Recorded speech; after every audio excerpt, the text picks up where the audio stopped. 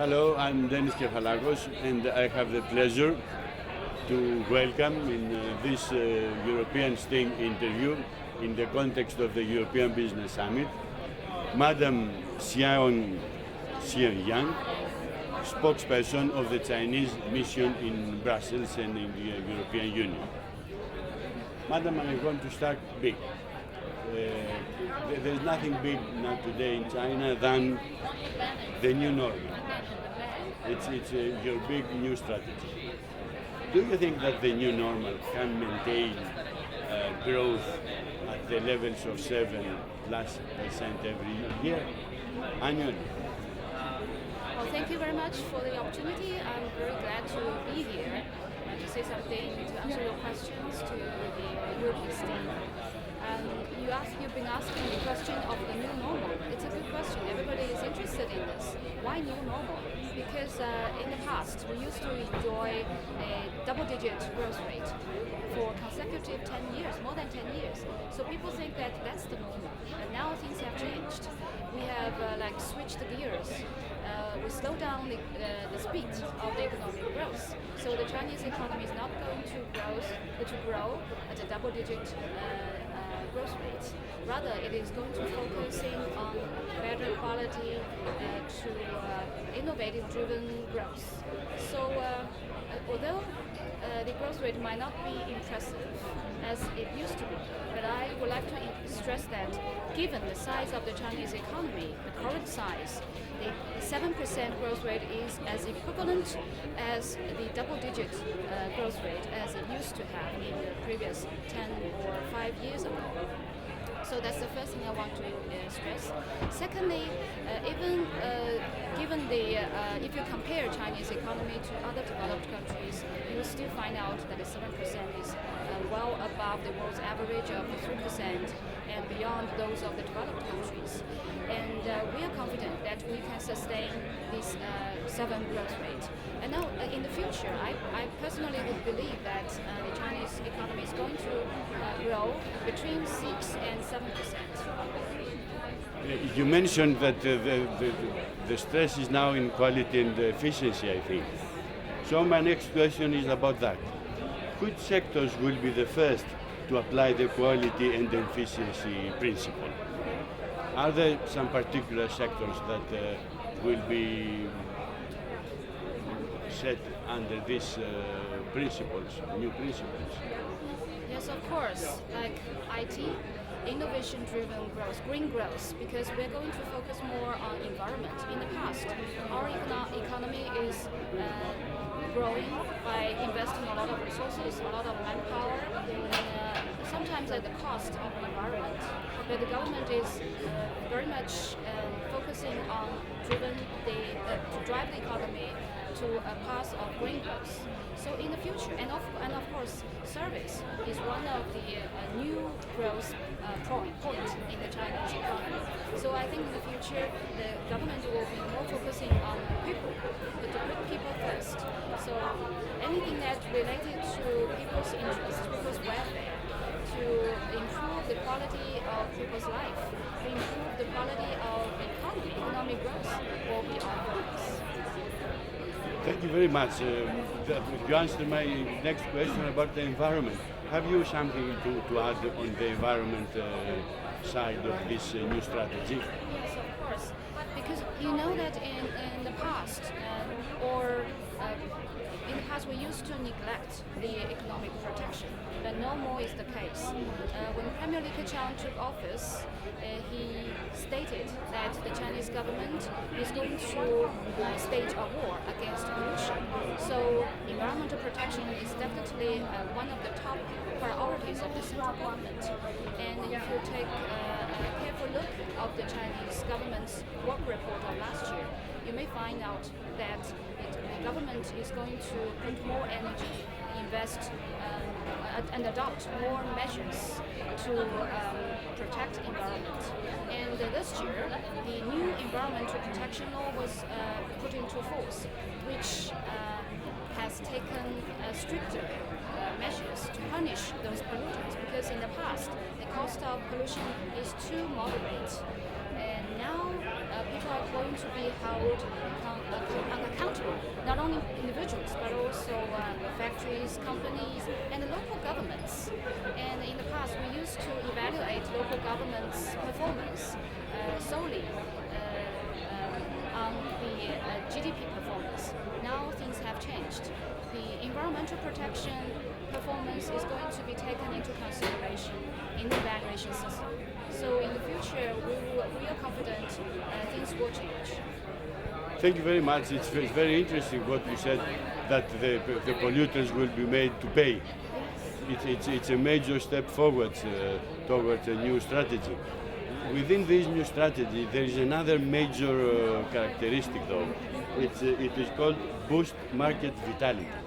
In what way, what are the extra liberties that the private players and the private sector in general could expect under this new strategy, boost market vitality? Well, before answering that question, let me just add one line. Because in the past, about the environmental protection, in the past, the environmental protection authorities were too weak, and the environmental protection law has had no teeth. But now the environmental protection authorities, they are more capable to execute the environmental protection law. So I think that's another benefit, another blessing for the future of Chinese environmental protection. And coming back to your question about the boosting vitality of the market, yes, I think starting from this new administration, we have taken a lot of measures to delegate power to local governments to unleash the vitality of the market, which means that the central government is going to intervene less in the economic life and development. In the future, local governments will have more room in terms of the economic development of their own regions. And the government is encouraging people to be involved in the economic life.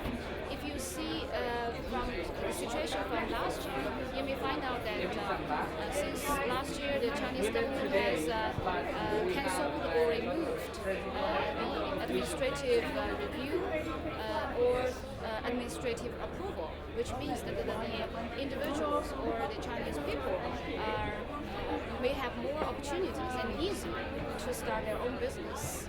And you can imagine that starting from last year, per day, 10,000 startups were registered in China. So you can really see the vitality and people's passion to start their own business. And in the future, there will be more state-owned enterprises reforms. There will be more private invest in the state-owned enterprises, and there will be the price reform, which means that the market is going to play a determinant role in the economic life. That's very interesting. It's becoming more and more market-like economy. This brings me to the next question. Quality and efficiency is another major characteristic of this new strategy. I wonder if this quality and efficiency project targets more sophisticated export markets in the United States and elsewhere in the developed world. Well, actually, when China adopted the reform and opening policy, we started ourselves like a processing economy, and China has been labeled as the factory of the world. Of course, we have our strengths in manufacturing. You cannot go to any of the tourist shops in any of the major cities in the world without finding a Chinese product. But now we are more focusing on quality, and you can see the percentage of service trade China is exporting is increasing. And we do not, in the future, it is not our strategy just solely depend our economy on export. We import a lot, and at the same time, if you read the government's report of this year, you may find the target of this year for export and import is the same, 6%. So it is our strategy not only just to export, but also to boost our own economy, to boost the domestic demand, because we have a huge market domestically. So the efficiency and export strategy is not targeted towards export, it's targeted towards the economy internally and externally on the same footing. That's very interesting. And also, I think for the products, we used to just export processed products, and now we're focusing that we're going to not only to develop products made in China, but also invented by China, created by China. And the central government is encouraging people to be maker. So that is to say that we need to have an economy inspired by innovation. Thank you. It's very interesting. But the European Union, for example, has complained on many occasions and on many products. I remember the solar panel plant. They had complained about the export. Do you think that the European Union and the China relations, commercial relations, will go to the better under this new strategy, or the European Union will try to protect itself? What is your opinion about that? Oh, when the solar panel frictions took place back in 2 years ago, we did think that protectionism was rising at that time in Europe, because when the European Union is trying to have the anti-dumping and anti-subsidy investigations against Chinese solar panels, they compare the prices of Chinese export to Europe, not with the prices in China, but with the price sold in India. So I don't think that's the proper way to compare the prices or conduct this kind of investigations. We do see it as a protectionism. So we call for less protectionism in the future. But of course, we have very good trade relationship with the European Union. European Union has been our largest trading partner for the consecutive past 10 years, and we are the second largest to the European Union. So we have a sound relationship. I think, judging from the whole picture, solar panel issues is just an episode, and we have addressed that problem soundly eventually.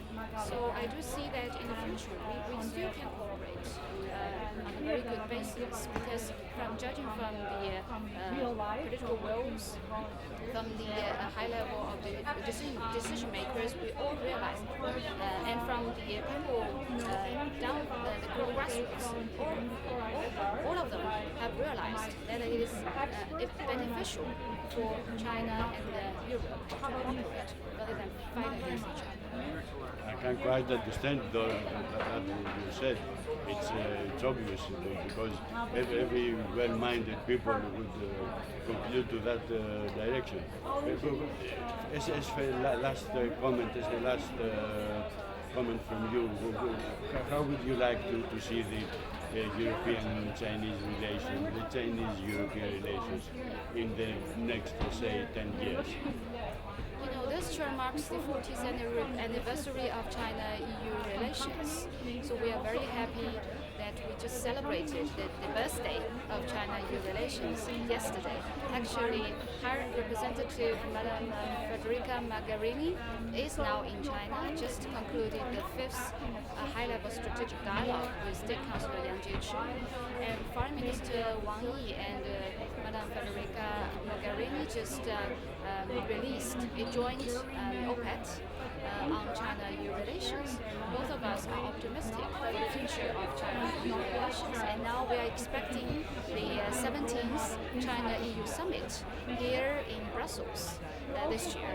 So the Chinese and European people are working closely to build a partnership for peace, for development, for peace, growth, reform, and civilization. This relationship is multifaceted. It's not just about economy, of course. We have now the trade volume between China and EU reaching more than $615 billion, 250 times increase as compared to 4 decades ago, $2.4 billion at that time. So this relationship is very strong. And we have very good cooperation in urbanization, green growth, and 5G, innovation, advanced technologies. So there is much room for us to cooperate, and we are fully confident that with the political will, with the economic complementarity, there is much room for us for the future, and the future is promising. Thank you very much. It was a very happy occasion to have this discussion with you, madam. Thank you very much. Thanks.